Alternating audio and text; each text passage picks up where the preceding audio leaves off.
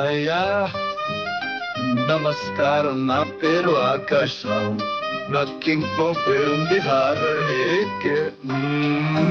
చూసినవన్నీ నిజం కాదు, చూడనిదంతా అబద్ధం కాదు, ఏది ఏదో చెప్పడానికే వచ్చనేను.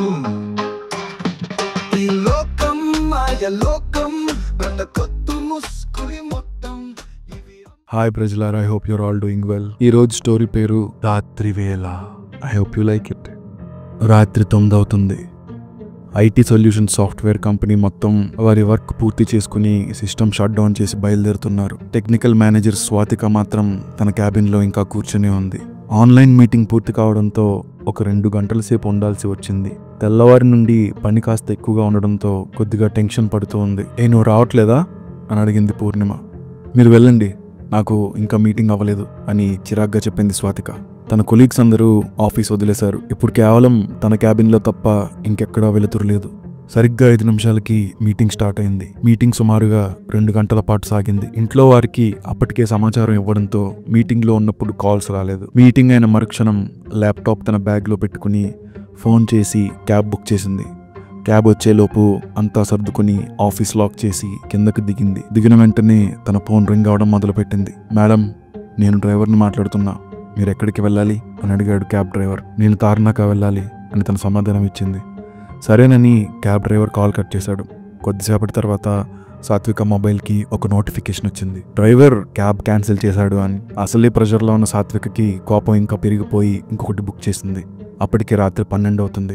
ఆఫీస్ మెయిన్ రోడ్డుకి కొంచెం దూరంలో ఉన్న గల్లీలో ఉండడంతో ఆ వీధి మొత్తం ఖాళీగానే ఉంది. చాలాసార్లు క్యాబ్ బుక్ చేసినా తను వెళ్లాల్సిన డెస్టినేషన్ దూరం తక్కువ ఉండడంతో ఎవ్వరూ రావట్లేదు. సుమారుగా 10 నిమిషాలు ప్రయత్నించింది, కానీ ఎవ్వరూ రావటం లేదు. ఇంకాస్త ఒత్తిడి పెరిగింది తనకి. ఇంతలో ఆ వీధి చివరిలో ఏదో శబ్దం వినపడింది. దూరం నుండి చూస్తుంటే ఎవరో ఉన్నట్టు కనపడింది. అది చూసిన వెంటనే మెయిన్ రోడ్డు వైపు నడక ప్రారంభించింది. అంత అర్ధరాత్రి వేళ వీధిలో తన కాలి గజ్జెల శబ్దం తప్ప ఇంకేమీ వినపడడం లేదు. ఒకానొకసారి తను వెనక్కి తిరిగి చూడగా ఎవరో తన వెంట పడుతున్నట్టు కనిపించింది. చూస్తుంటే 4-5 మంది కత్తులతో ఉన్నట్టున్నారు, కానీ ఆ చీకట్లో వాళ్ళ గుర్తులు తెలియడం లేదు. సాత్వికకి గుండెల్లో రైళ్లు పరిగెట్టాయి. తన నడకలో వేగం పెంచింది. వాళ్ళు కూడా వేగం పెంచారు. నడుస్తూ తన బ్యాగ్లోంచి ఫోన్ తీసి తనను పెళ్లి చేసుకోబోయే ప్రణయ్కి కాల్ చేసింది. తన ఫోన్ స్విచ్ ఆఫ్ అయింది. ఏం చేయాలో తెలియక మెల్లగా వెనక్కి తిరిగి చూసింది. ఆ గుర్తు తెలియని వ్యక్తులు సాత్విక వైపు పరుగులు తీయడం మొదలుపెట్టారు. సాత్విక భయం ఆకాశాన్ని అంటింది. కంట నీరు పెట్టుకుని పరుగులు తీస్తూ help me please, help me please అని కేకలు వేసింది.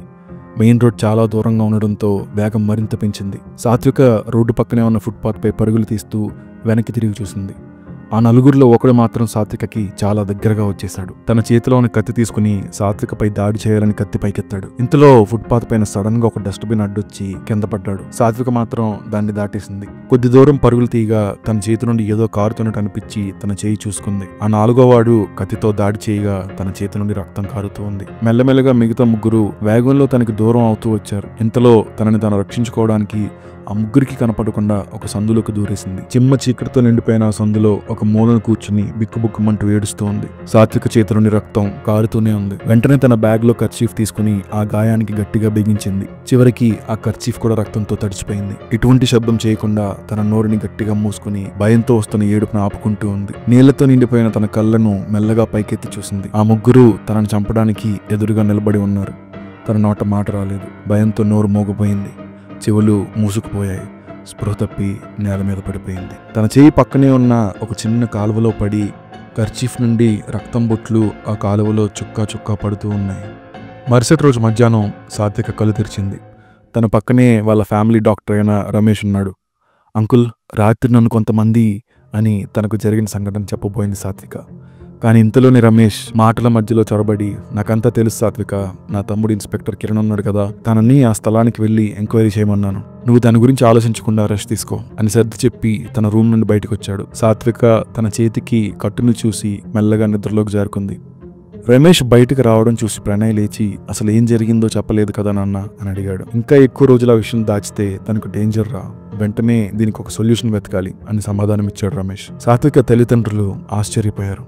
అసలు ఏం జరిగింది రమేష్ అని అడిగాడు సాత్విక తండ్రి. సాత్విక బాగా స్ట్రెస్లో ఉన్నప్పుడు తనకి తెలియకుండానే తన మైండ్ కొన్ని విచిత్రమైన సందర్భాలు క్రియేట్ చేస్తుంది. It's nothing but hallucinations. మీరు చెప్తే మీరు ఎక్కడ భయపడతారా అని చెప్పకుండా ట్రీట్మెంట్ చేశాను. ఇప్పుడు అది తన ప్రాణాల మీదకి వచ్చింది. అసలు ఎందుకలా జరుగుతుంది అని అడిగాడు సాత్విక తండ్రి. దీని గురించి పెద్దగా భయపడాల్సిన అవసరం లేదు. ఇప్పుడు తన ప్రాణాల మీదకి వచ్చింది కాబట్టి కొంచెం జాగ్రత్త పడితే బాగుంటుందని నా అభిప్రాయం. ఇది చాలా మందికి ఉంది అని ధైర్యం చెప్పాడు రమేష్. ఇంతలో రమేష్ తమ్ముడు రాణి వచ్చాడు. తను పరిగెత్తుతూ పోతుండడం వల్ల ముందు వెనక ఏమీ గమనించకుండా సాత్విక ఎక్కిన ఫుట్పాత్ మీద డస్ట్బిన్ లో ఒక పెద్ద గాజు పెంకులు ఉన్నాయి. నిన్న తెల్లవారి ఆ డస్ట్బిన్ కు ఎదురుగా ఉన్న షాప్ లో గాజు పెంకులు పగిలి ఉంటే ఆ పెద్ద పెద్ద పెంకులను డస్ట్బిన్ లో వేశారంట. సాత్విక దాని పక్కనే పరిగెత్తడంతో తెలియకుండానే ఆ గాజు పెంకు కోసుకుంది. దాంతో తన పైన దాడి జరిగిందని భ్రమలో పడింది అని వివరణ ఇచ్చాడు కిరణ్. సాత్విక పైన అది దాడి కాదు, కేవలం తన ఒత్తిడి వల్లే జరిగిందని తెలుసుకున్న సాత్విక తల్లిదండ్రులు కొంచెం కుదుటపడ్డారు. సాత్వికకు వీడికి త్వరగా పెళ్లి ముహూర్తం జరిగిపోతే ఇంకంతా వీడే చూసుకుంటాడు అని ప్రణయ్ వైపు చూస్తూ నవ్వుతూ చెప్పి, ఆస్ట్రేలియాలో నా ఫ్రెండ్ ఒకడు సైకియాట్రిస్ట్ ఉన్నాడు, తన దగ్గరికి పంపిస్తే బహుశా సాత్వికకు నయం అవ్వచ్చు అని తన మాటలను ముగించాడు రమేష్. సాత్విక తల్లిదండ్రులు రమేష్ కిరణ్ మాట్లాడుకుంటూ ఉండగా ప్రణయ్ వారి నుండి కొంచెం దూరంగా వచ్చి సాత్విక పరిస్థితిని తలుచుకుని దీనంగా ఆలోచిస్తూ ఉండిపోయాడు. ఈ స్టోరీ రాసింది విరూపాక్ష మచించే సాయి. తన ఇన్స్టాగ్రామ్ ఐడి కింద కామెంట్స్ లో ఉంది. ఈ స్టోరీ మీకు నచ్చినట్టయితే తను రాసిన ఇంకొన్ని స్టోరీలు